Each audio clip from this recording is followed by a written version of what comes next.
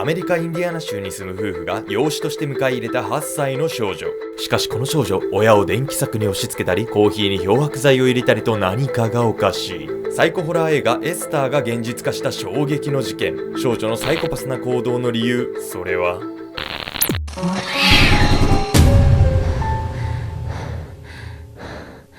いどうも、アルゴメトリーのケンちゃんと、最近人肌が寂しいヤミです。温めてくれる人募集中。万が一見つかったらお祝いしますよ。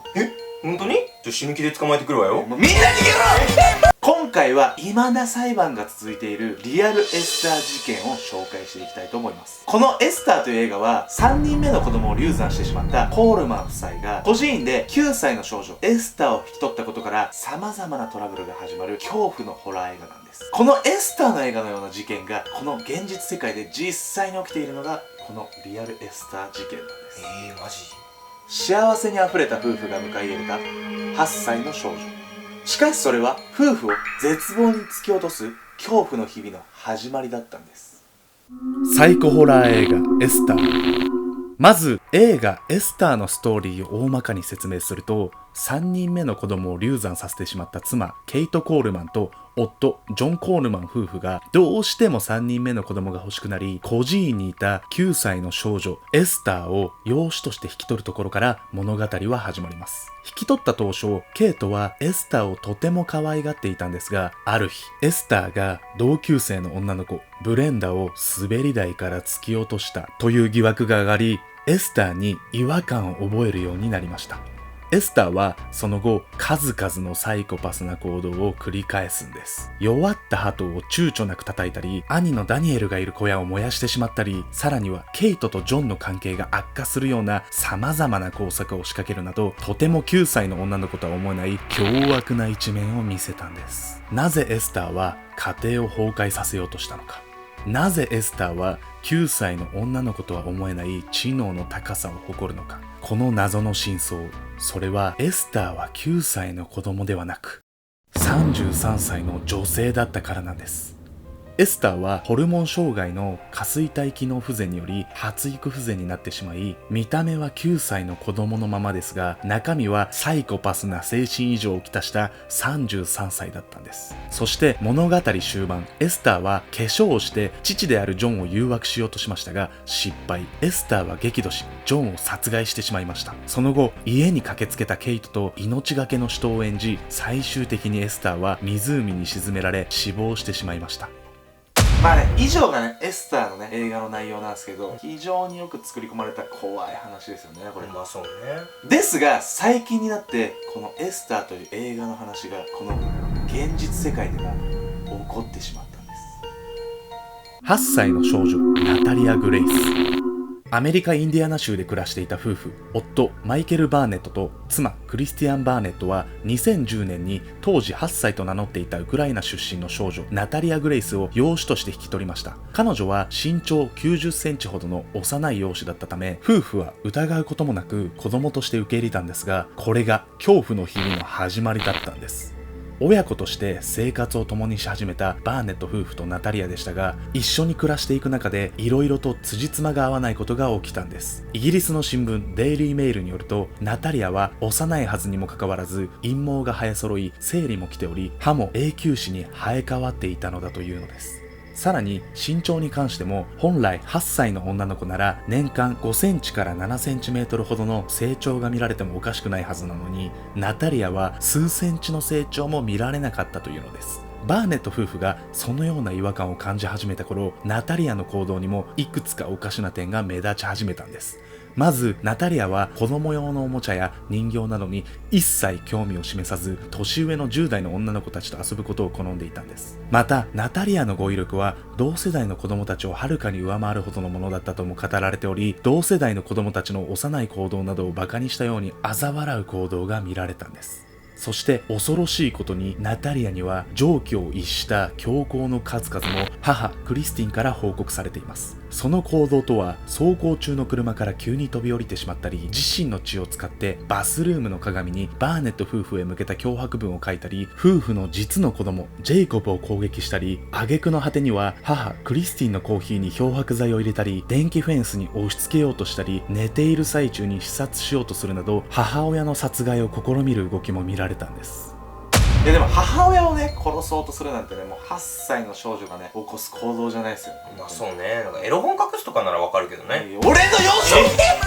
このようなねナタリアの異常性に恐怖を覚えたバーネット夫妻はナタリアを病院に連れて行きました。そしてそこである恐怖の事実が発覚したんです。少女に隠された真実。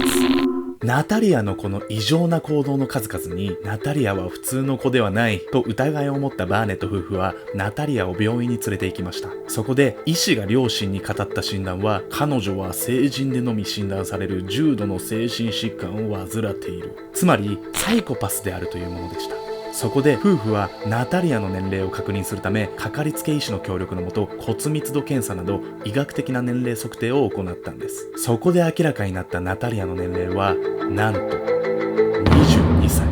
そう、彼女は立派な成人だと判定されたんです。その後、サイコパスな精神状態により、ナタリアは国営の精神科に入院することになったんですが、母クリスティンによると、この時ナタリアは自身の本当の年齢は18歳であると告白してきたそうなんです。このような状況にもなると、母クリスティンはナタリアにいつ殺されてもおかしくないという恐怖感と、実の子供でナタリアの弟にあたるジェイコブの教育に悪影響が及ぶのではないかという思いに耐えきれなくなっていたんです。そしてナタリアと離れて生活したいと考え始めたんです。そこで2012年、夫婦はインディアナ州の裁判所にナタリアの年齢修正を申し立てました。判事はその申し出を真実として受領。ナタリアを1989年9月4日生まれに変更したんです。ここでナタリアは正式に当時22歳と認定されたんです。そしてバーネット夫婦は退院後のナタリアをインディアナ州のアパートに住まわせてカナダへ移住。以降ナタリアの家賃以外財政的にサポートはしませんでしたが、夫婦とナタリアはその後も定期的に連絡は取り合っていたそうなんです。しかし2013年、ナタリアは忽然と姿を消し音信不通となります。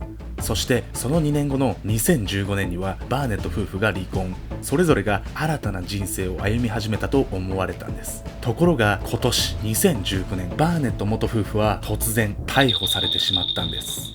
一体何が起こったというのでしょうか。遡ること5年、2014年某日にナタリアは警察を訪れていました。その要件は義理の父親と母親であるバーネット夫婦がカナダに移住して以来会ってくれていないというものだったんです。その後、現在に至るまでの5年間に何が起きたのか詳細は不明なんですが、今年9月、バーネット元夫婦は育児放棄の罪で検察により起訴されてしまったんです。その時の裁判所の文書には、ナタリアが2010年に約8歳、2012年には11歳であったことを示す医師の報告が引用されていたといいます。その後もたびたび裁判は行われているんですが、ナタリアの実年齢やバーネット元夫婦の逮捕の正当性についての決着はついておらず、一旦バーネット元夫婦は保釈されました。そして現在も世界中が裁判の行方を見守っている状況なんです。いやー皆さんお気づきでしょうか。先ほどね、2012年にナタリアの年齢が嘘だと認められたはずなのに、それを覆す内容が再び訴状に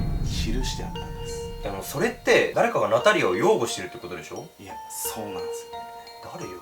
2012年の裁判所の認定が正しければ、現在30歳のナタリアですが、彼女は現在どこで誰と過ごしているのでしょうか。今年9月27日付のデイリーメールによると、ナタリアはなんと現在も子供としてある夫婦の下で暮らしているというのです。ナタリアと共に現在生活しているのがマンズ一家です。実はマンズ夫婦は2016年にナタリアと共にバーネット元夫婦の元を訪れて、ナタリアの養育を申し出ており、彼女の生まれ年を2002年に再変更する裁判を起こしていたんです。結果的にナタリアは1989年生まれだと再確認され、マンズ夫婦の訴えは取り下げられたのですが、夫婦は諦めず法的に養子にできませんでしたが、ナタリアと共に過ごしているというのです。果たしてナタリアは一体何者なのか、そして本当に子供だったのか。いや、もしね、バーネットさんたちの証言が嘘って言うんならね、ナタリアってすごいかわいそうだなって思っちゃうけど、本当にサイコパスな行動をとってるんだとしたら、これからなんかマンズー一家のこれからがめちゃくちゃ心配ね。今後ね、裁判の進展があり次第、このチャンネルでも触れていきたいと思います。まあそうね。私を温めてくれる人も待ってます。